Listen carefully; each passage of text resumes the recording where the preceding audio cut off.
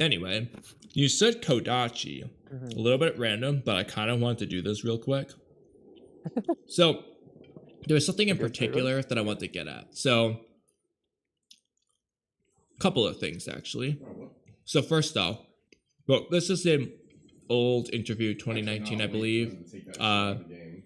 Yeah, it's like 2019, I think, of Ikemoto interview. Now, a couple points in particular.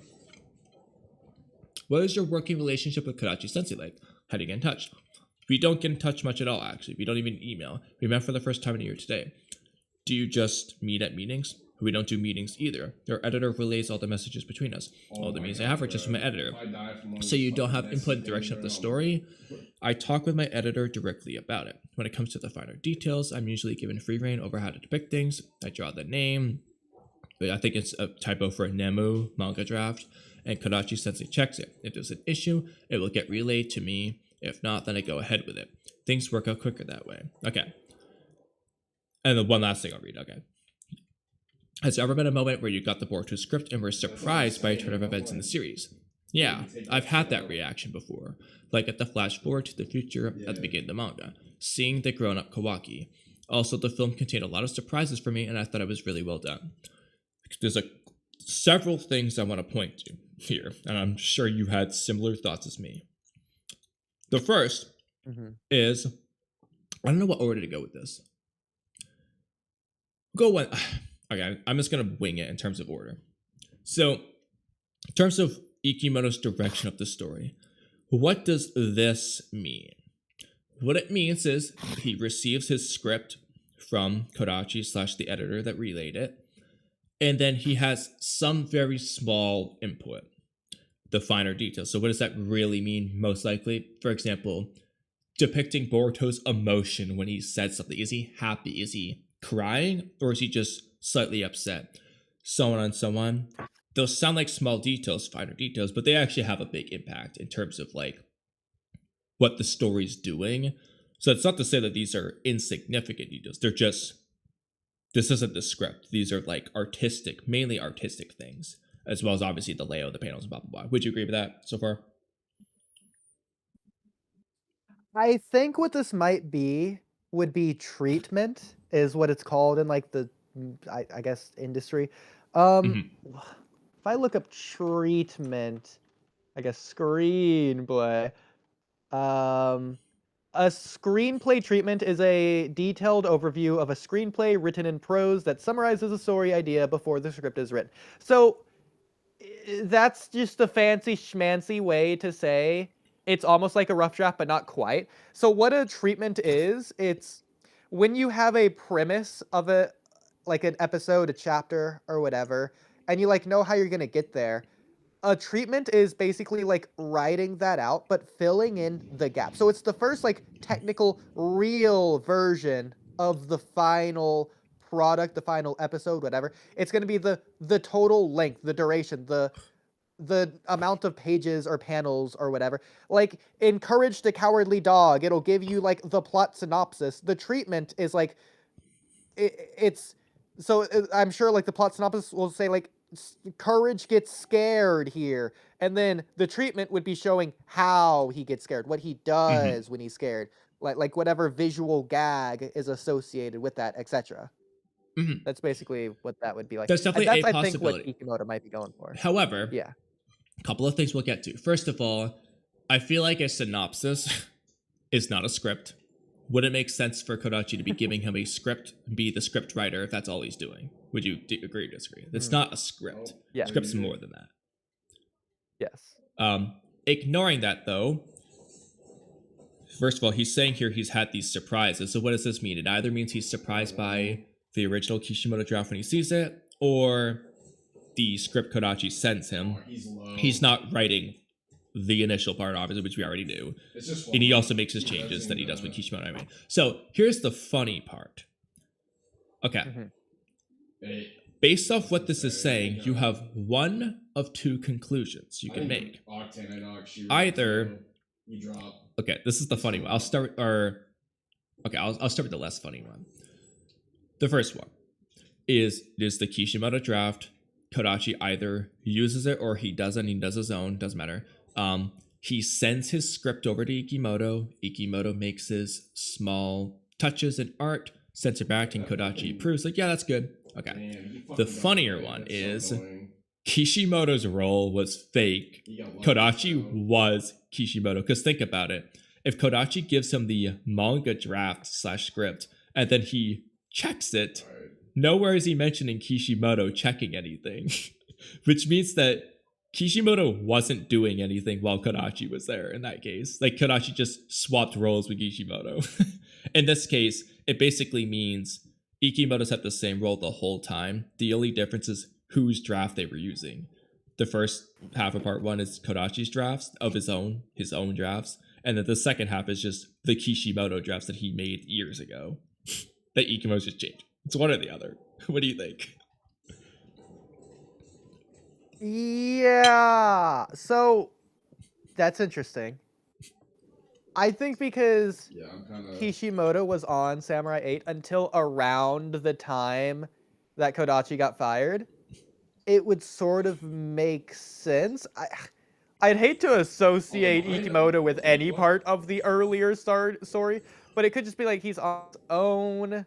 I think that Kodachi was following Kishimoto's drafts, if I were to guess. Well, okay.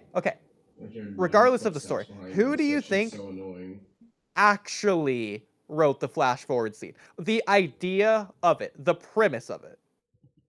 Well, rather than the according to finer interviews, details, Kishimoto. just the idea to have it. Okay, look, I'm thinking of like the first person to have the idea of the flash forward scene specifically.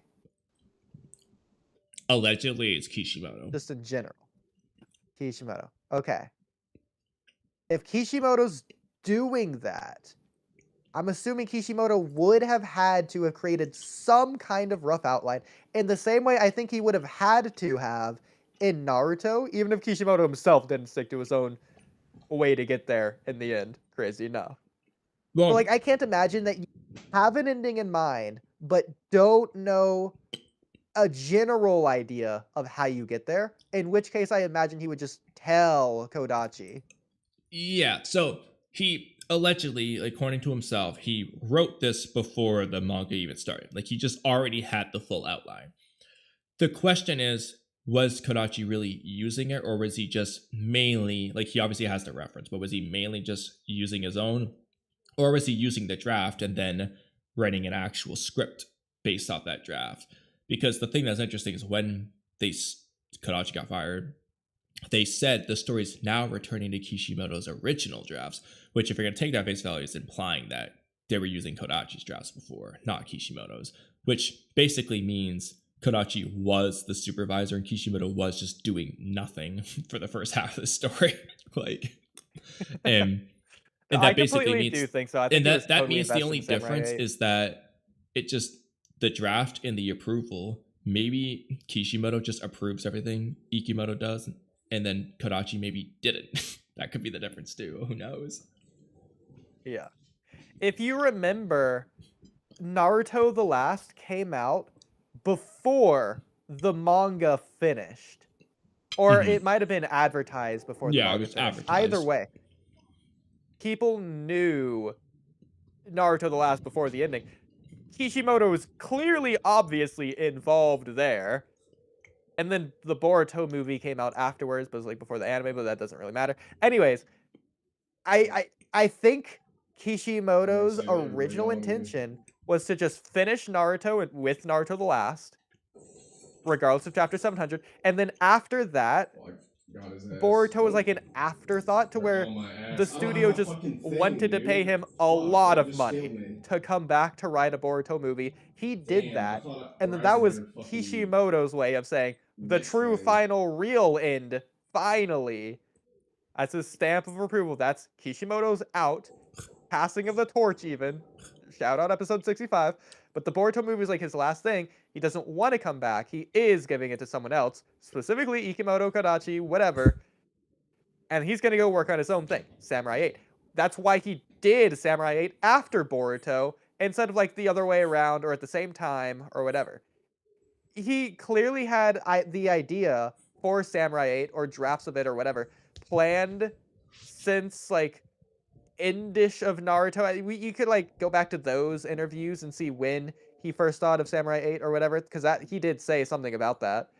But it makes sense on a comprehensive timeline that he went from Naruto, finished that, was told to do Boruto, did it, the Boruto movie, I should say, did Samurai 8, because that's his next venture, his next project. Now he's done with Naruto, done with that.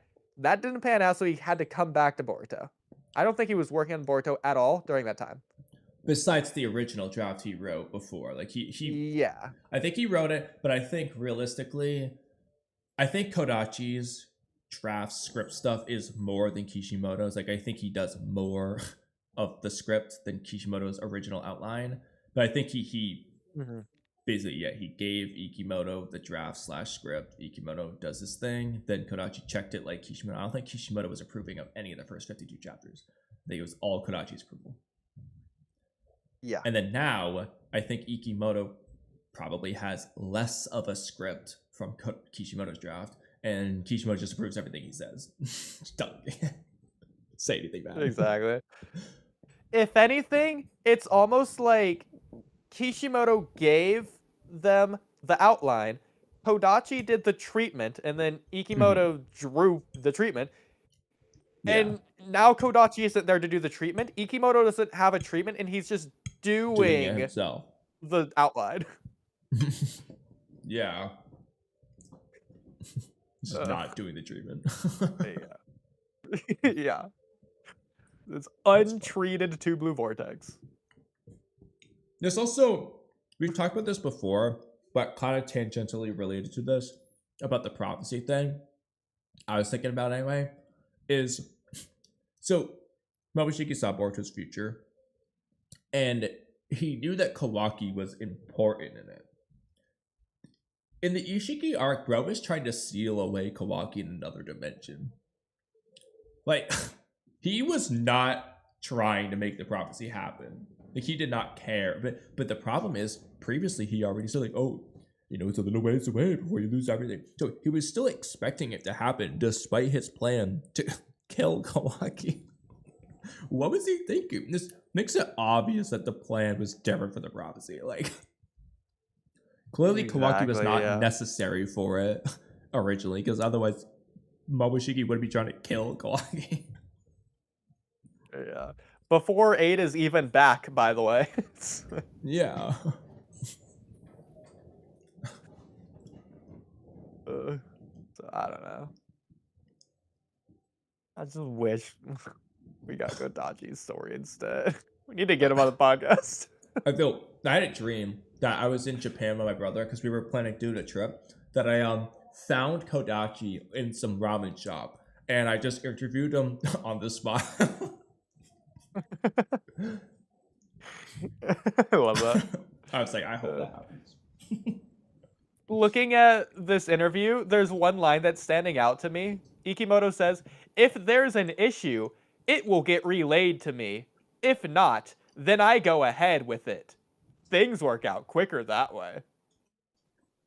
So I guess after Kodachi, Kishimoto just isn't relaying the issues back to him. So he's going ahead with them.